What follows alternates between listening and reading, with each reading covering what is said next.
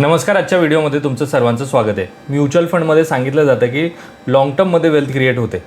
म्हणजे SIP जरी सुरू केली तर 20 वर्ष करा, 25 वर्ष करा असं सांगितलं जातं, तरच तुम्हाला लाँग टर्ममध्ये चांगली वेल्थ क्रिएट करता येते असं म्हटलं जातं.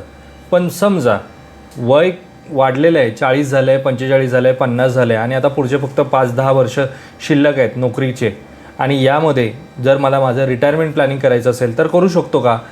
तर हो, करू शकतो. आणि तोच टॉपिक आपण आजच्या या व्हिडिओमध्ये डिस्कस करणार आहोत. तर चला व्हिडिओला स्टार्ट करूयात. पण व्हिडिओला स्टार्ट करण्याअगोदर जर तुम्ही चॅनलवरती नवीन असाल आणि चॅनलला अजूनही सबस्क्राईब केलं नसेल तर चॅनलला सबस्क्राईब करून ठेवा, म्हणजे असेच इन्फॉर्मेटिव्ह व्हिडिओज तुम्हाला या चॅनलवरती पाहता येतील.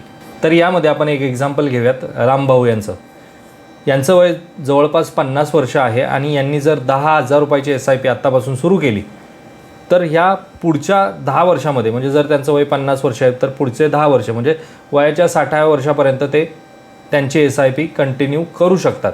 आता जर ही SIP त्यांनी पुढचे 10 वर्ष कंटिन्यू केली, कुठलंही स्किप न करता, मध्ये पैसे टाकले तर चांगलीच गोष्ट आहे, कुठेही स्किप न करता जर त्यांनी ती कंटिन्यू केली तर जवळपास 10 वर्षामध्ये 12 लाख रुपये ते जमा करू शकतात. आता म्हणाल 12 लाख रुपये काय मोठी वेल्थ क्रिएट होणार नाही याच्यातनं, पण काहीच नाही तर हरकत नाही ना. 12 लाख रुपये तर जमा झाले, कारण की जर सुरुवात करताच आली नाही, अगोदरच्या जबाबदाऱ्यांमुळे किंवा काही कामांमुळे नाही शक्य झालं, तर शेवटच्या 10 वर्षामध्ये ही चांगली अमाऊंट 12 लाख रुपये जमा झाली. आता ह्या 12 लाख रुपयावरती जर आपण सेबीच्या रूलनुसार जर पाहिलं तर 12% रिटर्न्स मिळाले, म्हणजे जे सांगितलं जातं की म्युच्युअल फंडमध्ये ॲज अन ॲव्हरेज जो CAGR म्हटला जातो तो 12%च्या आसपास तुम्हाला मिळतो.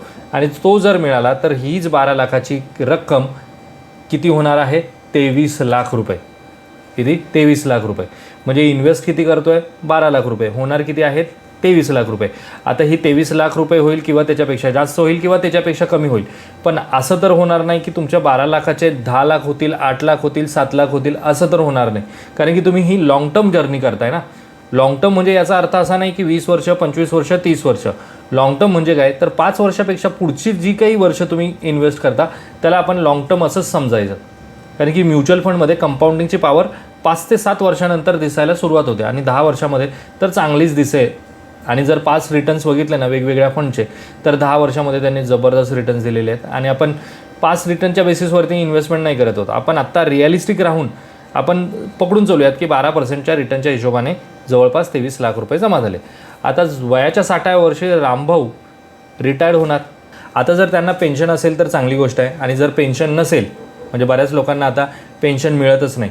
आता जर पेन्शन मिळत नाही तर पुढचे जे काही खर्च आहेत, त्यांचे जे काही डेली नीड्स आहेत, त्याच्यासाठी लागणारा पैसा कुठून येणार? तर त्यासाठी त्यांना त्यांच्या मुलांवरती डिपेंड राहावं लागणार. पण आता त्यांच्यावरती म्हणजेच मुलांवरती डिपेंड राहायची गरज नाही, कारण की त्यांनी 10 वर्षामध्ये एक चांगला फंड तयार केलेला आहे, चांगला कॉर्पस तयार केलेला आहे. आणि या कॉर्पसमधनं त्यांनी दर महिन्याला जशी 10,000 रुपयाची SIP केली आहे ना, तशी 10,000 रुपयाची SWPसुद्धा करू शकतात. म्हणजे वयाच्या 60व्या वर्षापासून लगेचच 10,000 रुपये जे भरत होते तेच दर महिन्याला त्याच तारखेला त्यांच्या अकाउंटमध्ये जमा होत राहतील. यालाच म्हटलं आता सिस्टमॅटिक विड्रॉवल प्लॅन, SWP. जे भरत होते तेच आता अकाउंटमध्ये येत राहणार आहे. आता हे जे पैसे आहेत 23 लाख रुपये जे जमा आहेत ते पण आपण असं समजूयात ना की दर महिन्याला 10,000 रुपये तर येतात आहेत, पण त्याचबरोबर 12%ने ते सुद्धा वाढत आहेत. आणि हे जे 10,000 रुपये दर महिन्याला ते घेतात आहेत ना, रामभाऊने एक लिमिट ठेवलं की वयाच्या 75व्या वर्षापर्यंत दर महिन्याला मला 10,000 रुपये यायला हवेत. तर पुढच्या 15 वर्षामध्ये 10,000 रुपये विड्रॉ करूनसुद्धा किती होणार आहेत विड्रॉवल 15 वर्षामध्ये? तर 18 लाख रुपये विड्रॉवल होतील. म्हणजे जे 23 लाख रुपये जमा होते त्याच्यातले 18 लाख विड्रॉ केले. आणि हे विड्रॉ केल्यानंतरसुद्धा वयाच्या 75व्या वर्षी त्यांच्याकडे जवळपास 82 लाख रुपयाचा कॉर्पस तयार झालेला असेल. कारण की जे 23 लाख रुपये जमा होते ना, त्यातल्या पहिल्या वर्षी असं समजा की पहिल्या महिन्यालाच फक्त 10,000 रुपये विड्रॉ केले, म्हणजेच जवळपास 22,90,000 रुपये जमाच होते ना त्याच्यामध्ये, म्युच्युअल फंडमध्ये जमाच होते. त्याच्यावरती कंपाऊंडिंग तर चालू आहे, कारण की मी ते पैसे विड्रॉ केलेले नाहीत. मग जर कंपाऊंडिंग चालू आहे तर अशा प्रकारे पैसे ग्रो होत राहणार. जर व्यवस्थितपणे व्यवस्थित स्टडी करून व्यवस्थित प्लॅनिंग करून अशा प्रकारे इन्व्हेस्टमेंट केली ना, तर वयाच्या 75व्या वर्षी जेव्हा ते असतील, जरी जिवंत जरी असतील ना, तरी त्यांना एक रिग्रेट नाही होणार. त्यांच्या पाठी ते त्यांच्या मुलांसाठी जवळपास 81 लाख रुपये सोडून जाऊ शकतात. एवढा मोठा कॉर्पस ते जमा करू शकतात फक्त 10,000 रुपयाच्या SIPने, फक्त 10,000 रुपयाच्या SIPने. याबद्दल हा प्लॅन कशा प्रकारे काम करतो, कोणत्या फंड्समध्ये आपल्याला इन्व्हेस्टमेंट करायला हवं, कोणत्या फंड्समध्ये किती प्रोपोर्शन ठेवायला हवा, या सगळ्याच्या गोष्टी जर तुम्ही इंटरेस्टेड असाल तर मला कॉल करा. मी नक्कीच तुम्हाला ह्या सगळ्या गोष्टी समजावून सांगू शकेन. पण सांगण्याचा मुद्दा हा आहे की जरी आपल्याकडे कमी वर्ष शिल्लक राहिलेत, म्हणजे रिटायरमेंटला 10 वर्ष आहेत, 5 वर्ष आहेत, 15 वर्ष आहेत, तर एक चांगल्या अमाऊंटची जर SIP केली ना तर यामधून सुद्धा काही वर्षामध्येच चांगलं रिटायरमेंट प्लॅनिंग करता येऊ शकतं. पण त्यासाठी आहे ना सुरुवात करणं गरजेचं आहे. बरेच लोक फक्त व्हिडिओज बघतात, चेक करतात आणि ठरवतात की आज करेल, उद्या करेल, परवा करेल, काही दिवस थांबूयात, त्यानंतर करेल. पण हे आज उद्या परवा कधीच येत नाही आणि ती कधी सुरुवात होत नाही. आणि ह्या सगळ्या गोष्टी आहेत ना फक्त कागदावर राहतात. ॲक्च्युअलमध्ये तसं काही घडतच नाही, कारण की सुरुवातच नाही केली ना. आणि त्यासाठी सुरुवात करणं गरजेचं आहे.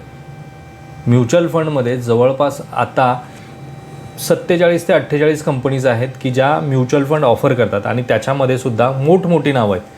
आता ही जी मोठमोठी नावं जेव्हा मार्केटमध्ये अशा प्रकारे आपल्याकडनं इन्व्हेस्टमेंट घेतात, म्हणजे मिडल क्लास लोकांकडनं इन्व्हेस्टमेंट घेतात SIPच्या माध्यमातून, ते काही त्यांच्या खर्चासाठी घेत नाहीत, ते पैसे वाढवण्यासाठीच घेतात आहेत. कारण की जर त्यांनी पैसे वाढवून दिले नाहीत किंवा रिटर्न जनरेट करून दिले नाहीत ना, लोक का करतील इन्व्हेस्टमेंट.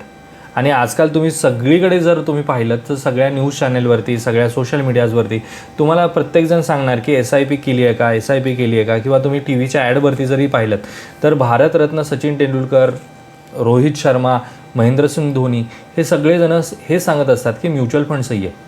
म्हणजे एवढी लोक जे सांगतात आहेत ते काही मूर्ख म्हणून नाही सांगत आहेत, तर यामध्येच खरंच पोटेन्शियल आहे लाँग टर्ममध्ये वेल्थ क्रिएट करण्याचं. हा झाला आपला टॉपिक कंप्लीट झाला. आता येऊयात एका प्रश्नाकडे. बरेच लोक मला कॉल करत असतात आणि बरेच प्रश्न मला विचारत असतात आणि मला एकाच प्रश्नाचं उत्तर सारखं देऊन ना कंटाळा आलेला असतो, कारण की प्रत्येकाला तेच उत्तर द्यावं लागतं. म्हणून आज मी ठरवलं की या व्हिडिओच्या माध्यमातून तो प्रश्न घेतो. तर मला बरेच लोक हा प्रश्न विचारतात की सर SIP जर आम्हाला सुरू करायची आहे तर ती कोणत्या फंडमध्ये करायची आणि कोणत्या फंडमध्ये किती पैसे ठेवायचे. तर या सगळ्या लोकांना माझं हेच उत्तर आहे की सर प्रत्येकाचा रिस्क प्रोफाईल हा वेगवेगळा आहे. प्रत्येकजण हे काही FD सारखं नाही आहे की कोणीही यायचं आणि त्या FDमध्ये पैसे जमा करायचे आणि काही वर्षानंतर जेवढी काही अमाऊंट मॅच्युरिटीला मिळणार आहे ती मिळणार आहे. तसं नाही आहे. प्रत्येकाची रिस्क प्रोफाईल वेगळी आहे. काही लोकांचं असं असतं की शेवटचे आता काही वर्ष शिल्लक राहिली आहेत, मी रिस्क घ्यायला तयार आहे, माझी सगळीच्या सगळी इन्व्हेस्टमेंट तुम्ही स्मॉल कॅपमध्ये लावा. काही लोक असे आहेत की जे असं सांगतात की स्मॉल कॅपमध्ये माझी इन्व्हेस्टमेंट करा, पण जर रिटर्न मायनसमध्ये दिसायला लागले ना, कारण की वयाच्या 55व्या वर्षीच किंवा 50व्या वर्षी जेव्हा पैसे आपण इन्व्हेस्ट केलेले मायनस व्हायला लागतात ना, ते घाबरायला लागतात आणि लगेच 5 महिन्यामध्ये 6 महिन्यामध्ये सांगतात की सर ती इन्व्हेस्टमेंट आमची काढून टाका, स्मॉल कॅपमध्ये नको आहे, आम्हाला सेफ रिटर्न पाहिजेत, मग आम्हाला लार्ज कॅप द्या. पण लार्ज कॅपमध्ये इन्व्हेस्ट केल्यानंतरसुद्धा त्यांना तिथे रिटर्न्स बनताना दिसत नाही. मग ते सांगतात की नाही त्यापेक्षा आमची FD बरी.